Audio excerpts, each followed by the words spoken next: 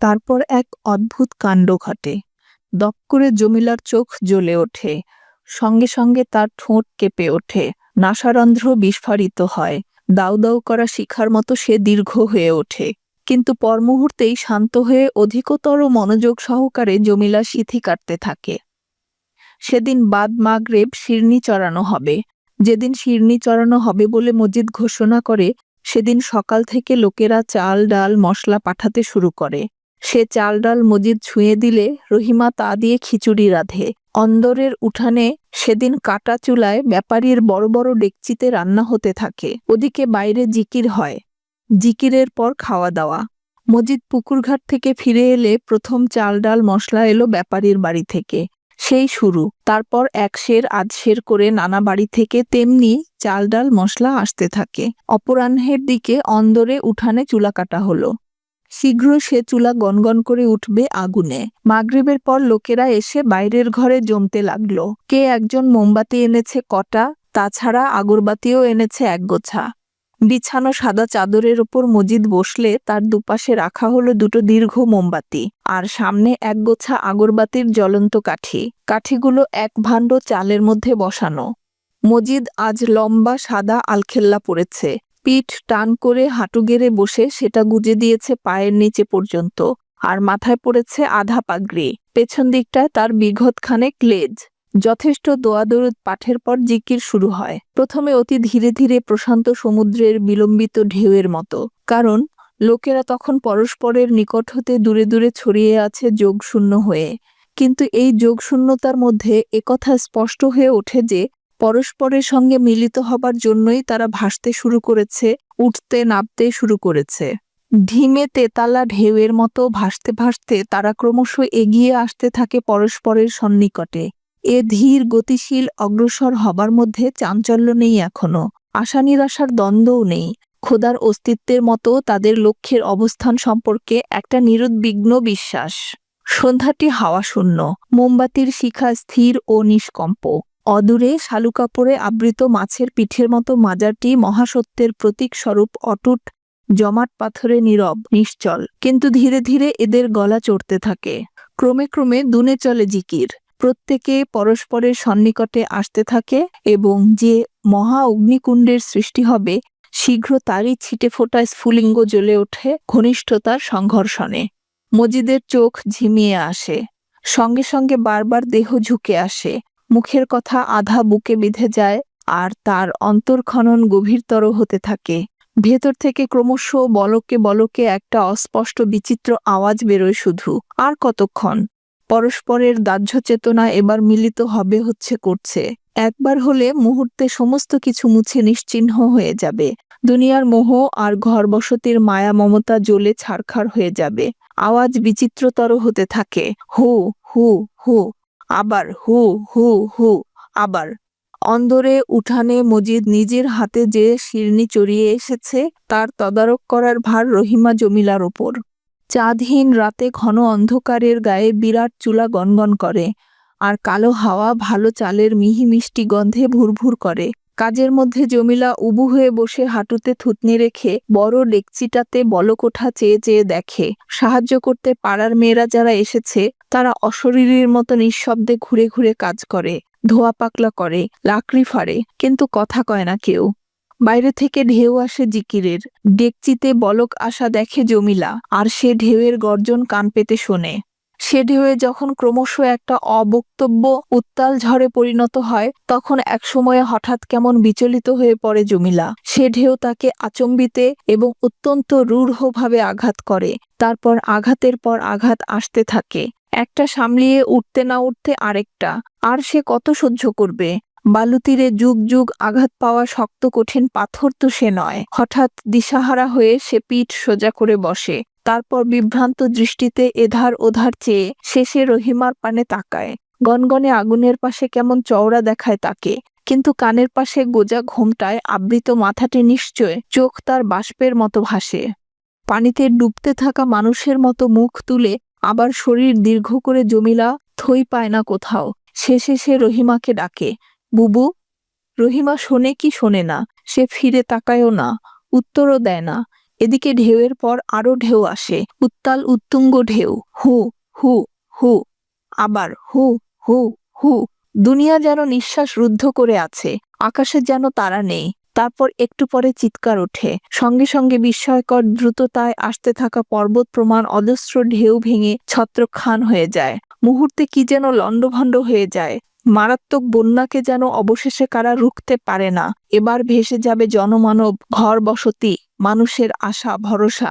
বিদ্যুৎ গতিতে জমিলা উঠে দাঁড়ায়।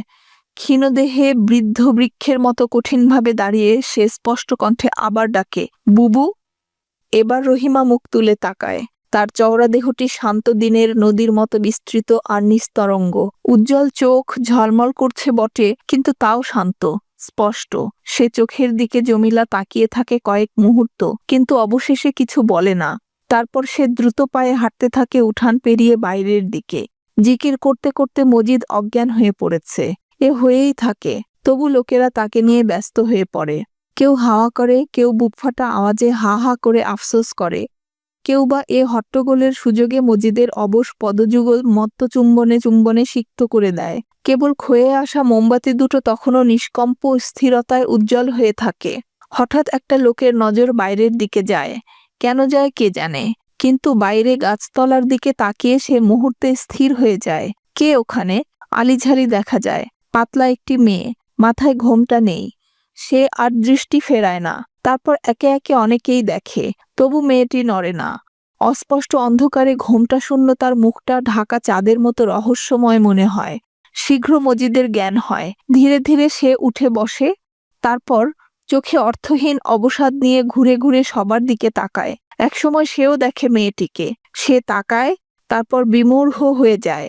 বিমূঢ়তা কাটলে দপ করে জ্বলে ওঠে চোখ। অবশেষে কি করে যেন মজিদ সরল কণ্ঠে হাসে, সকলের দিকে চেয়ে বলে, পাগলি ঝিটা। একটু থেকে আবার বলে, নতুন বিবির বাড়ির লোক, তার সঙ্গে আসছে। তারপর হাততালি দিয়ে উঁচু গলায় মজিদ হাঁকে, এই বিটি ভাগ। ঠোঁটে তখনও হাসির রেখা, কিন্তু সেদিকে তাকিয়ে চোখ তার দপ দপ করে জ্বলে। হয়তো তার চোখের আগুনের হলকা লেগেই ঘোর ভাঙে জমিলার। হঠাৎ সে ভেতরের দিকে চলতে থাকে, তারপর শীঘ্র বেড়ার আড়ালে অদৃশ্য হয়ে যায়। আবার জিকির শুরু হয়, কিন্তু কোথায় যেন ভাঙন ধরেছে। জিকির আর জমে না। লোকেরা মাথা দোলায় বটে, কিন্তু থেকে থেকে তাদের দৃষ্টি বিদ্যুৎ ক্ষিপ্রতায় নিক্ষিপ্ত হয় গাছতলার দিকে। কাঙালের মতো তাদের দৃষ্টি কি যেন হাতড়ায়। মহাসমুদ্রের ডাককে অবহেলা করে বালুতরে কি যেন খোঁজে। অবশেষে মজিদ মুখ তুলে তাকায়। জিকিরের ধ্বনিও সেই সঙ্গে থামে। ক্ষয়িষ্ণু মোমবাতি দুটো নিষ্কম্পভাবে জ্বলে, কিন্তু আগরবাতির কাঠিগুলো চালের মধ্যে কখন গুড়িয়ে ভস্ম হয়ে আছে। কিছু বলার আগে মজিদ একবার কাশে, কেশে একে একে সকলের পানে তাকায়। তারপর বলে, ভাই সকল, আমার মালুম হইতেছে কোনো কারণে আপনারা বেচাইন আছেন। কি তার কারণ? কেউ উত্তর দেয় না। কেবল উত্তর শোনার জন্য তারা পরস্পরের মুখের দিকে চাওয়াচাওয়ি করে। কতক্ষণ অপেক্ষা করে মজিদ তারপর বলে, আজ জিকির ক্ষান্ত হইল। খাওয়া দাওয়া শুরু হয়। অন্যান্য দিন জিকিরের পর লোকেরা প্রচণ্ড খিদে নিয়ে গোগ্রাসে খিচুড়ি গেলে, আজ কিন্তু তেমন হাত চলে না তাদের। কিসের লজ্জায় সবাই মাথা নিচু করে রেখেছে, আর কেমন বিসদৃশভাবে চুপচাপ। নিভন্ত চুলার পাশে রহিমা তখনও বসে আছে। পাশে নামিয়ে রাখা খিচুড়ির ডেকচি। বুড়ো আওলাদ অন্দরে বাইরে আসা যাওয়া করে। এবার খালি বর্তন নিয়ে আসে ভেতরে। একটু পরে মজিদও আসে। রহিমা আলগোছে ঘোমটা টেনে সিধা হয়ে বসে। ভাবে রান্না ভালো হলো কি খারাপ হলো এইবার মতামত জানাবে মজিদ। কাছে এসে মজিদ কিন্তু রান্না সম্পর্কে কোনো কথাই বলে না। কেমন চাপা কর্কশ গলায় প্রশ্ন করে, হে কই? রহিমা চারধারে তাকায়, কোথাও জমিলা নেই। মনে পড়ে তখন সে যে হঠাৎ উঠে চলে গেল, তারপর আর সে এদিকে আসেনি। আস্তে রহিমা বলে, বোধহয় ঘুমাইছে। দাঁত কিরমির করে এবার মজিদ বলে, ও যে একদম বাইরে চলে গেল, দেখলা না তুমি? মুহূর্তে ভয়ে স্তব্ধ হয়ে যায় রহিমা। জমিলা বাইরে গিয়েছিল? কতক্ষণ অবিশ্বাসের দৃষ্টিতে স্বামীর দিকে তাকিয়ে থেকে গালে হাত দিয়ে প্রশ্ন করে, হে বাইরে গেছিল? তখনও দাঁত কিরমির করে মজিদের।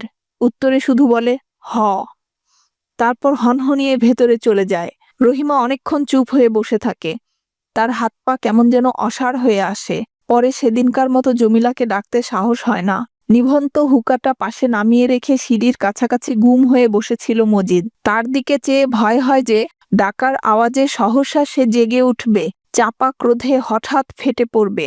নিঃশ্বাস রুদ্ধ করা আশঙ্কার মধ্যে তবু যে নীরবতা এখনো অক্ষুণ্ণ আছে তা ভেঙে টুকরো টুকরো হয়ে যাবে। তাই উঠোনটা পেরুতে গিয়ে সতর্কভাবে হাঁটে রহিমা, নিঃশব্দে আর আলগোছে। কিন্তু এদিকে তার মাথা ঝিমঝিম করে। জমিলার বাইরে যাওয়ার কথা যখনই ভাবে তখনই তার মাথা ঝিমঝিম করে ওঠে। মনে মনে কেমন ভীতিও বোধ করে। লতার মতো মেয়েটি যেন এ সংসারে ফাটল ধরিয়ে দিতে এসেছে। ঘরে সে যেন বালা ডেকে আনবে, আর মাজার পাকের দোয়ায় যে সংসার গড়ে উঠেছে সে সংসার ধূলিসাৎ হয়ে যাবে। ওদিক থেকে ফিরে রহিমা সিঁড়ির দিকে এলে মজিদ হঠাৎ ডাকে, বিবি শোনো, তোমার লগে কথা আছে।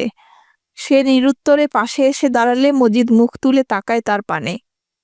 সংকীর্ণ দাওয়ার উপর একটি কুপি বসানো। তার আবছা আলো কয়েক হাত দূরে দাঁড়িয়ে থাকা রহিমার মুখকে অস্পষ্ট করে তোলে। সেদিকে তাকিয়ে মজিদের ঠোঁট যেন কেমন থরথর করে কেঁপে ওঠে। বিবি, কারে বিয়া করলাম? তুমি কি বদদোয়া দিছিলা নি? শেষোক্ত কথাটা তড়িৎ বেগে আহত করে রহিমাকে। তৎক্ষণাৎ সে ক্ষুণ্ণ কণ্ঠে উত্তর দেয়, তবা তবা, কি যে কন। কিন্তু তারপর তার কথা গুলিয়ে যায়। মুখ তুলে তাকিয়েই থাকে মজিদ। অস্পষ্ট আলোর মধ্যে স্থির হয়ে দাঁড়িয়ে আছে রহিমা। মুখের একপাশে গাঢ় ছায়া, চোখ দুটো ভেজা মাটির মতো নরম। মুহূর্তের মধ্যে মজিদ উপলব্ধি করে যে চওড়া ও রংশূন্য নিস্পৃহ মানুষ রহিমা মনে নেশা না জাগালেও তারই ওপর সে নির্ভর করতে পারে। তার আনুগত্য ধ্রুবতারার মতো অনড়, তার বিশ্বাস পর্বতের মতো অটল। সে তার ঘরের খুঁটি। হঠাৎ দমকা হাওয়ার মতো নিঃশ্বাস ফেলে জীবনে প্রথম হয়তো কোমল হয়ে এবং নিজের সত্তার কথা ভুলে গিয়ে সে রহিমাকে বলে, কও বিবি, কি করলাম? আমার বুদ্ধিতে জানি কুলায় না, তোমারই জিগাই, তুমি কও। কখনো এমন সহজ সরল পরমাত্মীয়ের মতো কথা বলে না মজিদ। তাই ঝট করে রহিমা তার অর্থ বোঝে না। অকারণে মাথায় ঘোমটা টানে। তারপর ঈষৎ চমকে উঠে তাকায় স্বামীর পানে। তাকিয়ে নতুন এক মজিদকে দেখে। তার শীর্ণ মুখের একটি পেশিও এখন সচেতনভাবে টান হয়ে নেই। এতদিনের ঘনিষ্ঠতার ফলেও যে চোখের সঙ্গে পরিচয় ঘটেনি সে চোখ এই মুহূর্তে কেমন অস্ত্রশস্ত্র ছেড়ে নির্ভেজাল হৃদয় নিয়ে যেন তাকিয়ে আছে। দেখে একটা অভূতপূর্ব ব্যথাবিদীর্ণ আনন্দ ভাব ছেয়ে আসে রহিমার মনে। তারপর পুলক শিহরণে পরিণত হয়ে ধীরে ধীরে ছড়িয়ে পড়ে সারা দেহে। সে পুলক শিহরণে অজস্র ঢেউয়ের মধ্যে জমিলার মুখ তলিয়ে যায়, তারপর ডুবে যায় চোখের আড়ালে। হঠাৎ ঝাপটা দিয়ে রহিমা বলে, কি কমু, মায়াডা জানি কেমন, পাগলি। তা আপনি এলেমদার মানুষ, দোয়া পানি দিলে ঠিক হইয়া যাইবনি সব। পরদিন থেকে শিক্ষা শুরু হয় জমিলার। ঘুম থেকে উঠে বাসি খিচুড়ি গোগ্রাসে গিলে খেয়ে সে উঠোনে নেমেছে এমন সময় মজিদ ফিরে আসে বাইরে থেকে। এ সময় সে বাইরেই থাকে। ফজরের নামাজ পড়েই সোজা ভেতরে চলে এসেছে। মজিদের মুখ গম্ভীর। ততোধিক গম্ভীর কণ্ঠে জমিলাকে ডেকে বলে, কায়েল, তুমি আমার বেইজ্জত করছো। খালি তা না, তুমি তানারে নারাজ করছো। আমার দিলে বড় ডর উপস্থিত হইছে। আমার উপর তানার একবার না থাকলে আমার সর্বনাশ হইব। একটু থেমে মজিদ আবার বলে, আমার দয়ার শরীর, অন্য কেউ হইলে তোমারে 2 লাথি দিয়া বাপের বাড়ি পাঠাইয়া দিত। আমি দেখলাম তোমার শিক্ষা হয় নাই, তোমারে শিক্ষা দেওয়ান দরকার। তুমি আমার বিবি হইলে কি হইব? তুমি নাজুক শিশু। জমিলা আগাগোড়া মাথা নিচু করে শোনে। তার চোখের পাতাটি পর্যন্ত একবার নড়ে না। তার দিকে কয়েক মুহূর্ত চেয়ে থেকে মজিদ একটু রুক্ষ গলায় প্রশ্ন করে, হুনসনি, কি কইলাম? কোনো উত্তর আসে না জমিলার কাছ থেকে। তার নির্বাক মুখের পানে কতক্ষণ চেয়ে থেকে মজিদের মাথায় সেই চিনচিনে রাগটা চড়তে থাকে। কণ্ঠস্বর আরও রুক্ষ করে সে বলে, দেখো বিবি, আমারে রাগাইও না। কাইল যে কামটা করছো তারপরেও আমি চুপচাপ আছি এই কারণে যে আমার শরীরটা বড়ই দয়ার। কিন্তু বাড়াবাড়ি করিও না কইয়া দিলাম। কোনো উত্তর পাবে না জেনেও আবার কতক্ষণ চুপ করে থাকে মজিদ। তারপর ক্রোধ সংযত করে বলে, তুমি আইজ রাইতে তারাবি নামাজ পড়বা। তারপর মাজারে গিয়া তানার কাছে মাফ চাইবা। তানার নাম মোদাচ্ছের। কাপড়ে ঢাকা মানুষেরে কোরআনের ভাষায় কয় মোদাচ্ছের। শালু কাপড়ে ঢাকা মাজারের তলে কিন্তু তানি ঘুমাইয়া নাই। তিনি সব জানেন, সব দেখেন। তারপর মজিদ একটা গল্প বলে। বলে যে একবার রাতে এশার নামাজের পর সে গেছে মাজার ঘরে। কখন তার অজু ভেঙে গিয়েছিল খেয়াল করেনি। মাজার ঘরে পা দিতেই হঠাৎ কেমন একটি আওয়াজ কানে এলো তার, যেন দূর জঙ্গলে শত সহস্র সিংহ একযোগে গর্জন করছে। বাইরে কি একটা আওয়াজ হচ্ছে ভেবে সে ঘর ছেড়ে বেরুতেই মুহূর্তে সে আওয়াজ থেমে গেল। বড় বিস্মিত হলো সে। ব্যাপারটার আগামাথা না বুঝে কতক্ষণ হতভম্বের মতো বাইরে দাঁড়িয়ে থাকলো। একটু পরে সে যখন ফের প্রবেশ করলো মাজার ঘরে, তখন শোনে আবার সেই শত সহস্র সিংহের ভয়াবহ গর্জন। কি গর্জন! শুনে রক্ত তার পানি হয়ে গেল ভয়ে। আবার বাইরে গেল, আবার এলো ভেতরে। প্রত্যেকবারই একই ব্যাপার। শেষে কি করে খেয়াল হলো যে অজু নেই তার। নাপাক শরীরে পাক মাজার ঘরে ঢুকেছে সে। ছুটে গিয়ে মজিদ তালাবে অজু বানিয়ে এলো। এবার যখন সে মাজার ঘরে এলো তখন আর কোনো আওয়াজ নেই। সে রাতে দরগার কোলে বসে অনেক অশ্রু বিসর্জন করল মজিদ। গল্পটা মিথ্যা এবং সজ্ঞানে ও সুস্থ দেহে মিথ্যা কথা বলেছে বলে মনে মনে তওবা কাটে মজিদ। যা হোক, জমিলার মুখের দিকে চেয়ে মজিদের মনের আফসোস ঘোচে। যে অত কথাতেও একবার মুখ তুলে তাকায়নি, সে মাজার পাকের গল্পটা শুনে চোখ তুলে তাকিয়ে আছে তার পানে। চোখে কেমন ভীতির ছায়া। বাইরে অটুট গাম্ভীর্য বজায় রাখলেও মনে মনে মজিদ কিছুটা খুশি না হয়ে পারে না। সে বোঝে তার শ্রম সার্থক হবে, তার শিক্ষা ব্যর্থ হবে না। তয় তুমি আইজ রাইতে নামাজ পড়বা তারাবির, আর তারপরে তানার কাছে মাপ চাইবা। জমিলা ততক্ষণে চোখ নাবিয়ে ফেলেছে, কথার কোনো উত্তর দেয় না। তারাবি হোক আর যাই হোক, সে রাতে দীর্ঘকাল সময় জমিলা জায়নামাজে ওঠা বসা করে। ঘর সংসারের কাজ শেষ করে রহিমা যখন ভেতরে আসে তখনও তার নামাজ শেষ হয়নি দেখে মন তার খুশিতে ভরে ওঠে। ও ঘরে মজিদ হুকায় দম দেয়। আওয়াজ শুনে মনে হয় ভেতরটাও কেমন তৃপ্তিতে ভরে উঠেছে। রহিমা অজু বানিয়ে এসেছে। সেও এবার নামাজটা সেরে নেয়। তারপর পা টিপতে হবে কিনা কথা জানার অজুহাতে মজিদের কাছে গিয়ে আভাসে ইঙ্গিতে মনের খুশির কথা প্রকাশ করে। উত্তরে মজিদ ঘন ঘন হুকায় টান মারে আর চোখটা পিটপিট করে আত্মসচেতনতায়। রহিমা কিছুক্ষণের জন্য শতপ্রবৃত্ত হয়ে স্বামীর পা টেপে। হাড় সম্বল কালো কঠিন পা, মৃতের মতো শীতল শুষ্ক তার চামড়া, কিন্তু গভীর ভক্তি ভরে সে পা টেপে রহিমা। ঘুণ ধরা হাড়ের মধ্যে যে ব্যথার রস টনটন করে তার আরাম করে। সুখ ভোগ নীরবেই করে মজিদ। হুকায় তেজ কমে এসেছে, তবু টেনে চলে। কানটা ওধারে। নীরবতার মধ্যে ওঘর হতে থেকে থেকে কাঁচের চুড়ির মৃদু ঝংকার ভেসে আসে। সে কান পেতে শোনে সে ঝংকার। সময় কাটে। রাত গভীর হয়ে ওঠে বাঁশঝাড়ে, গাছের পাতায় আর মাঠে ঘাটে। একসময় রহিমা আস্তে উঠে চলে যায়। মজিদের চোখেও একটু তন্দ্রার মতো ভাব নামে। একটু পরে সহসা চমকে জেগে উঠে সে কান খাড়া করে। ওধারে পরিপূর্ণ নীরবতা। সে নীরবতার গায়ে আর চুরির চিকন আওয়াজ নেই। ধীরে ধীরে মজিদ ওঠে। ও ঘরে গিয়ে দেখে জায়নামাজের ওপর জমিলা সেজদা দিয়ে আছে। এখুনি উঠবে এই অপেক্ষায় কয়েক মুহূর্ত দাঁড়িয়ে থাকে মজিদ। জমিলা কিন্তু ওঠে না। ব্যাপারটা বুঝতে এক মুহূর্ত বিলম্ব হয় না মজিদের। নামাজ পড়তে পড়তে সেজদায় গিয়ে হঠাৎ সে ঘুমিয়ে পড়েছে। দস্যুর মতো আচমকা এসেছে সে ঘুম। এক পলকের মধ্যে কাবু করে ফেলেছে তাকে। কয়েক মুহূর্ত চুপচাপ দাঁড়িয়ে থাকে মজিদ। বোঝে না কি করবে।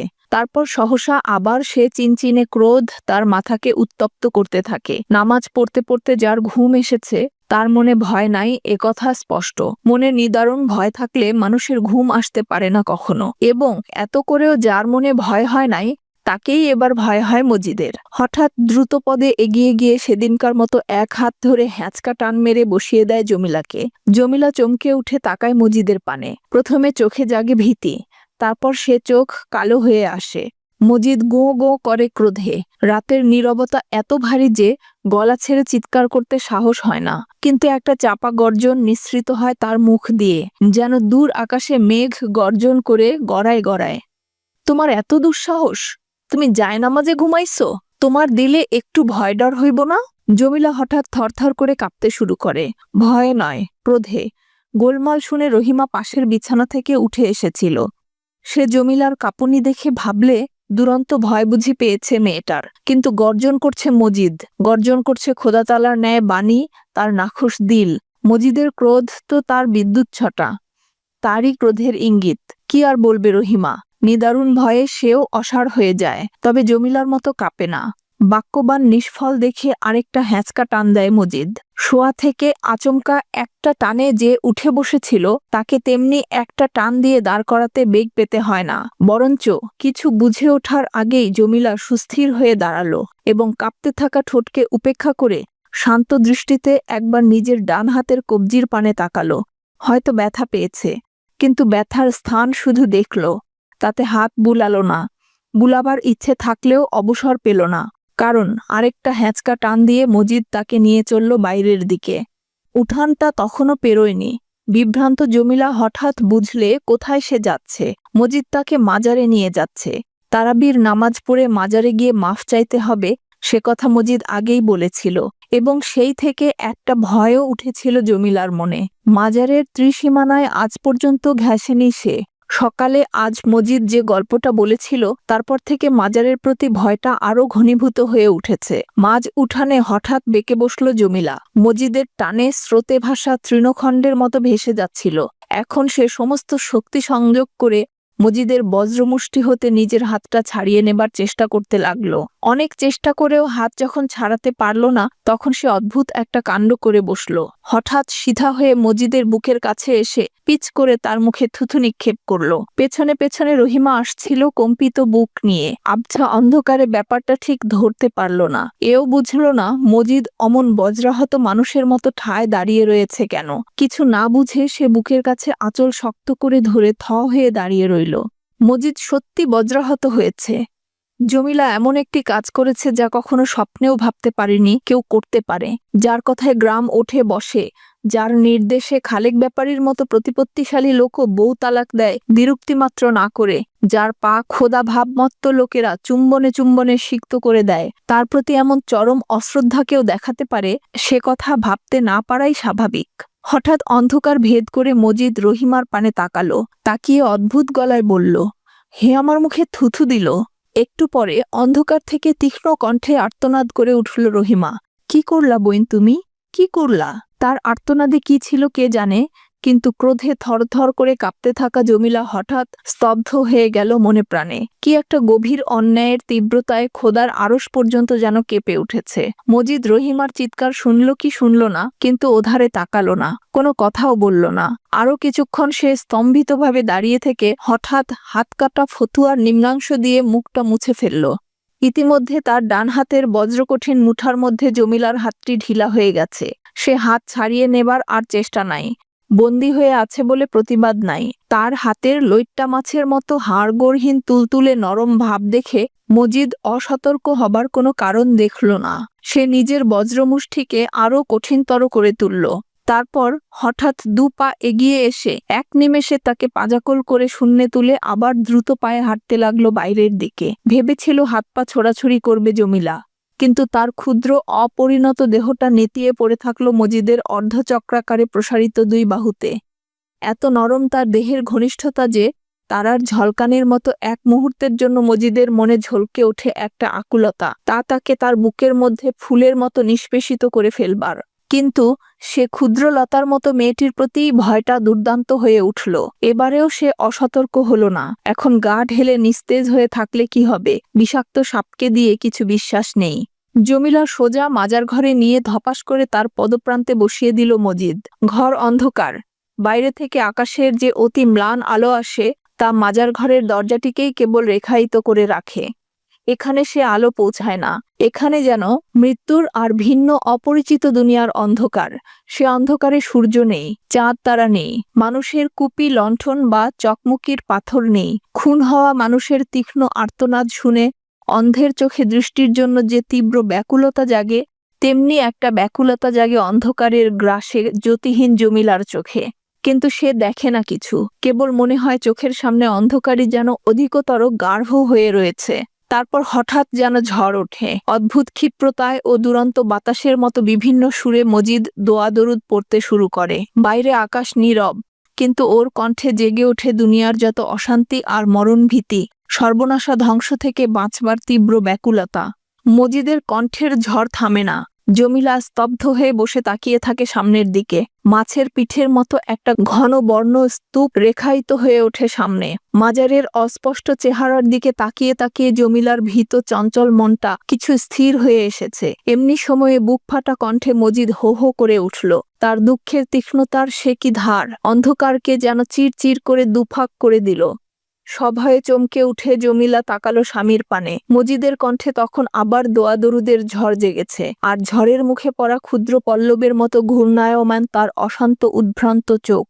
একটু পরে হঠাৎ জমিলা আর্তনাদ করে উঠল। আওয়াজটা জোরালো নয়, কারণ একটা প্রচণ্ড ভীতি তার গলা দিয়ে যেন আস্ত হাত ঢুকিয়ে দিয়েছে। তারপর সে চুপ করে গেল। কিন্তু ঝড়ের শেষ নেই, ওঠানামা আছে, দিক পরিবর্তন আছে, শেষ নেই, এবং শেষ নেই বলেই মানুষের আশ্বাসের ভরসা নেই। ধাঁ করে জমিলা উঠে দাঁড়ালো, কিন্তু মজিদও ক্ষিপ্রভাবে উঠে দাঁড়ালো। জমিলা দেখল পথ বন্ধ। যে ঝড়ের উদ্দামতার জন্য নিঃশ্বাস ফেলবার জো নাই, সে ঝড়ের আঘাতেই ডালপালা ভেঙে পথ বন্ধ হয়ে গেছে। একটু দূরে খোলা দরজা, তারপর অন্ধকার আর তারাময় আকাশের অসীমতা। এইটুকুন পথ পেরুবার উপায় নেই। জমিলাকে বসিয়ে কিছুক্ষণের জন্য দোয়া দরুদ পড়া বন্ধ করে মজিদ। এই সময়ে সে বলে, দেখো, আমি যেইভাবে বলি সেইভাবে করো। আমার হাত হইতে দুষ্ট আত্মা ভূত প্রেত রক্ষা পায় নাই। এই দুনিয়ার মানুষরা যেমন আমারে ভয় করে শ্রদ্ধা করে, তেমনি ভয় করে শ্রদ্ধা করে অন্য দুনিয়ার জিন পরীরা। আমার মনে হইতাছে তোমার উপর কারো আসর আছে। না হইলে মাজার পাকের কোলে বৈশাও তোমার চোখে এখনো পানি আইলো না কেন? কেন তোমার দিলে একটু পাশনির ভাব জাগলো না? কেনই বা মাজার পাক তোমার কাছে আগুনের মতো অসহ্য লাগতাছে? এই বলে সে একটা দড়ি দিয়ে কাছাকাছি একটা খুঁটির সঙ্গে জমিলার কোমর বাঁধল। মাঝখানের দড়িটা ঢিলা রাখলো, যাতে সে মাজারের পাশেই বসে থাকতে পারে। তারপর ভয়ে অসাড় হয়ে যাওয়া জমিলার দিকে শান্ত দৃষ্টিতে তাকিয়ে বলল, তোমার জন্য আমার মায়া হয়। তোমারে কষ্ট দিতেছি, তার জন্য দিলে কষ্ট হইতেছে। কিন্তু মানুষের ফোড়া হইলে সে ফোড়া ধারালো ছুরি দিয়া কাটতে হয়। জিনের আসর হইলে বেত দিয়া চপকাইতে হয়, চোখে মরিচ দিতে হয়। কিন্তু তোমারে আমি এইসব করুম না, কারণ মাজার পাকের কাছে রাতের এক পহর থাকলে যতই নাসরবান্দা দুষ্টু আত্মা হোক না কেন, বাপ বাপ ডাক সারি পলাইব। কাইল তুমি দেখবা দিলে তোমার খোদার ভয় আইছে, স্বামীর প্রতি ভক্তি আইছে, মনে আর শয়তানি নাই। মনে মনে মজিদ আশঙ্কা করেছিল জমিলা হঠাৎ তার স্বরে কাঁদতে শুরু করবে, কিন্তু আশ্চর্য, জমিলা কাঁদলও না, কিছু বললও না। দরজার পানে তাকিয়ে মূর্তির মতো বসে রইল। কয়েক মুহূর্ত তার দিকে সন্ধানী দৃষ্টিতে তাকিয়ে থেকে সে গলা উঁচিয়ে বলল, ঝাপটা দিয়া গেলাম, তুমি কিন্তু চুপ কইরা থাইকো না, দোয়া দরুদ পড়ো, খোদার কাছে আর তানার কাছে মাফ চাও। তারপর সে ঝাঁপ দিয়ে চলে গেল। ভেতরে বেড়ার কাছে তখনও দাঁড়িয়ে রহিমা। মজিদকে দেখে সে অস্ফুট কণ্ঠে প্রশ্ন করল, হে কই? মাজারে, ওর উপর আসর আছে। মাজারে কিছুক্ষণ থাকলে বাপ বাপ ডাকি সারি পালাইব হেজিন, ও ভয় পাইব না? হঠাৎ থমকে দাঁড়ালো মজিদ, বিস্মিত হয়ে বলল, কি যে কও তুমি বিবি? মাজার পাকের কাছে থাকলে কিসের ভয়? ভয় যদি কেউ পায়, তা ওই দুষ্টু জিনটাই পাইব, যে আমার মুখে পর্যন্ত থুথু দিছে। কথাটা মনে হতেই দাঁত কড়মড় করে উঠল মজিদের। দম খিচে ক্রোধ সংবরণ করে সে আবার বলল, তুমি ঘরে গিয়া শোও বিপি। রহিমা ঘরে চলে গেল। গিয়ে ঘুমালো কি জেগে রইল তার সন্ধান নেবার প্রয়োজন বোধ করল না মজিদ। মধ্যরাতের স্তব্ধতার মধ্যে সে ভেতরের ঘরের দাওয়ার উপর চুপচাপ করে রইল। যে কোনো মুহূর্তে বাইরে থেকে একটা তীক্ষ্ণ আর্তনাদ শোনা যাবে, এই আশায় সে নিজের শ্মশনকে নিঃশব্দ প্রায় করে তুলল। কিন্তু ওধারে কোনো আওয়াজ নেই। থেকে থেকে দূরে পেঁচা ডেকে উঠছে।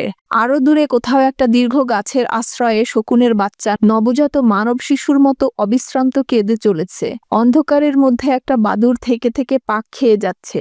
রাতটা গুমট মেরে আছে, গাছের পাতার নড়চড় নেই। বাইরে বসেও মজিদের কপালে ঘাম জমছে বিন্দু বিন্দু। সময় কাটে, ওধারে তবু কোনো আওয়াজ নেই। মুমূর্ষু রোগীর পাশে শেষ নিঃশ্বাস ত্যাগের অপেক্ষায় অনাত্মীয় সুহৃদ লোক যেমন নিশ্চল হয়ে বসে থাকে, তেমনি বসে থাকে মজিদ। গাছের পাতার মতো তারও নড়চড় নাই। আরও সময় কাটে। এক সময় মজিদ বয়সের দোষে বসে থেকে একটু আলগোছে ঝিমিয়ে নেয়। তারপর দূর আকাশে মেঘ গর্জন শুনে চমকে উঠে চোখ মেলে তাকায় দিগন্তের দিকে। যে রাত সেখানে এখন অপেক্ষাকৃত তরল হয়ে আসার কথা, সেখানে ঘনীভূত মেঘ স্তূপ। সেখান থেকে বিজলি চমকায়, আর শীঘ্র ঝিরঝিরে শীতল হাওয়া বয়ে আসতে থাকে দক্ষিণ পশ্চিম কোণ থেকে। দেহের আড়মোড়া ভেঙে সোজা হয়ে বসে মজিদ। মুখে পালক স্পর্শের মতো সে শিরশিরে শীতল হাওয়া বেশ লাগে, এবং সেই আরামে কয়েক মুহূর্তও চোখ বোজে সে। কিন্তু কান খাড়া হয়ে ওঠার সাথে সাথে চোখটাও তার খুলে যায়। সে দেখে না কিছু, শোনেও না কিছু, মেঘ দেখা ছাড়া। এবার সে শুনতে চায়, কিন্তু ওধারে এখনো প্রগাঢ় নীরবতা। আর কতক্ষণ? নড়েচড়ে ভাবে মজিদ। তারপর নিরলস দৃষ্টি দিয়ে দক্ষিণ পশ্চিম কোণ হতে দ্রুত গতিতে এগিয়ে আসতে থাকা ঘন কালো মেঘের পানে তাকিয়ে থাকে। ইতোমধ্যে রহিমা একবার ছায়ার মতো এসে ঘুরে যায়। ওর দিকে মজিদ তাকায়ও না একবার। না ঘুমিয়ে অত রাতে সে কেন ঘুরছে ফিরছে এ কথা জিজ্ঞাসা করবারও কোনো তাগিদ বোধ করে না। তার মনে যেন কোনো প্রশ্ন নেই, নেই অস্থিরতা। অপেক্ষা থাকলেও এবং সে অপেক্ষা যুগব্যাপী দীর্ঘ হলেও কোনো উদ্বেগ আসবে না। কিছু দেখবার নেই বলেই যেন সে বসে বসে মেঘ দেখে। মেঘ গর্জন নিকটতর হয়। এবার যখন বিদ্যুৎ চমকায় তখন সারা দুনিয়া ঝলসে উঠে সাদা হয়ে যায়। কয়েক মুহূর্তের জন্য উদ্ভাসিত অত্যুজ্জ্বল আলোর মধ্যে নিজেকে উলঙ্গ বোধ হলেও মজিদ চিরে দুফাক হয়ে যাওয়া আকাশ দেখে, এ মাথা থেকে সে মাথা। তারপর প্যাঁচার মতো মুখ গোমরা করে তাকিয়ে থাকে অন্ধকারের পানে। সে অন্ধকারে তবু চোখ পিটপিট করে আশায় আর আকাঙ্ক্ষায়। সে আশা আকাঙ্ক্ষা অবসর উপভোগীর অলস বিলাস মাত্র।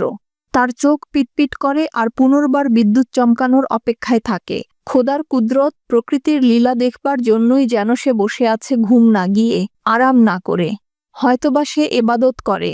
এবাদতের রকমের শেষ নাই। প্রকৃতির লীলা চেয়ে চেয়ে দেখাও একরকম এবাদত।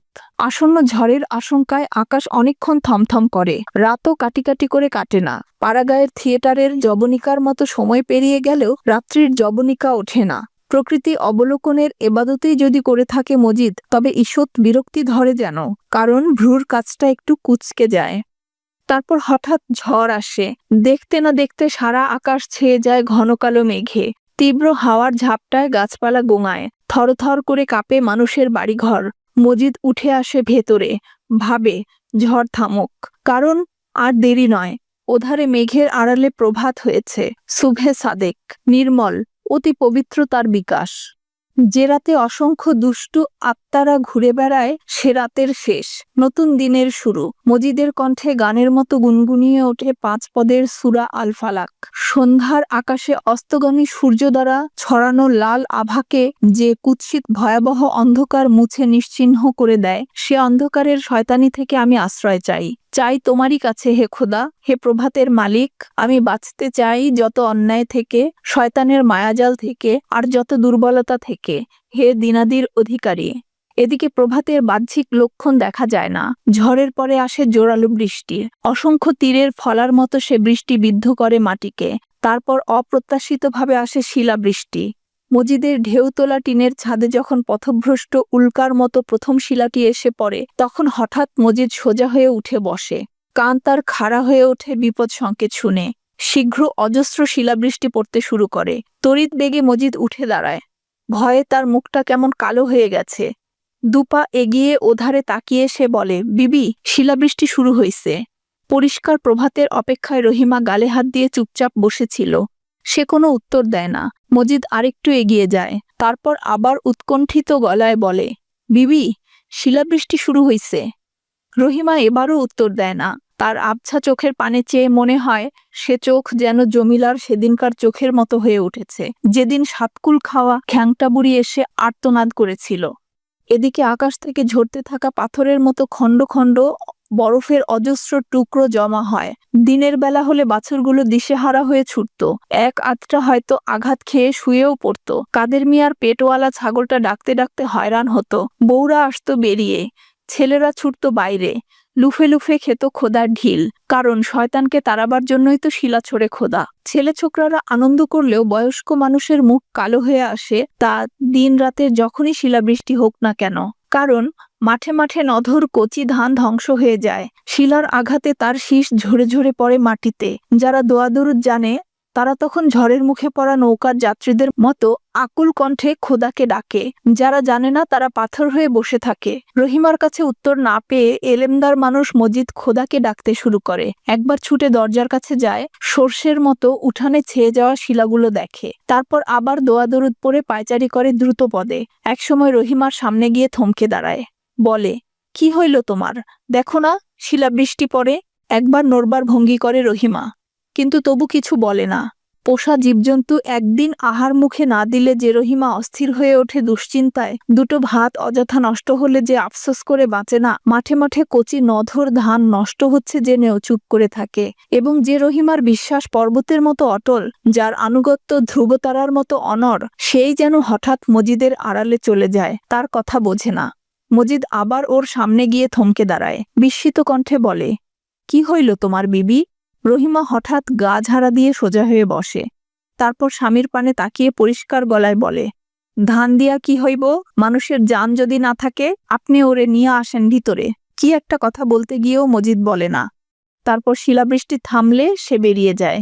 গুড়ি গুড়ি বৃষ্টি পড়ছে তখনও। আকাশ এ মাথা থেকে সে মাথা পর্যন্ত মেঘাবৃত, তবু তা ভেদ করে একটা ধূসর আলো ছড়িয়ে পড়েছে চারধারে।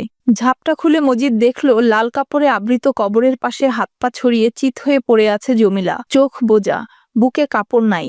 চিত হয়ে শুয়ে আছে বলে সে বুকটা বালকের বুকের মতো সমান মনে হয়। আর মেহেদি দেওয়া তার একটা পা কবরের গায়ের সঙ্গে লেগে আছে। পায়ের দুঃসাহস দেখে মজিদ মোটেই ক্রুদ্ধ হয় না, এমনকি তার মুখের একটি পেশিও স্থানান্তরিত হয় না। সে নত হয়ে ধীরে ধীরে দড়িটা খোলে, তারপর তাকে পাঁজাকোল করে ভেতরে নিয়ে আসে।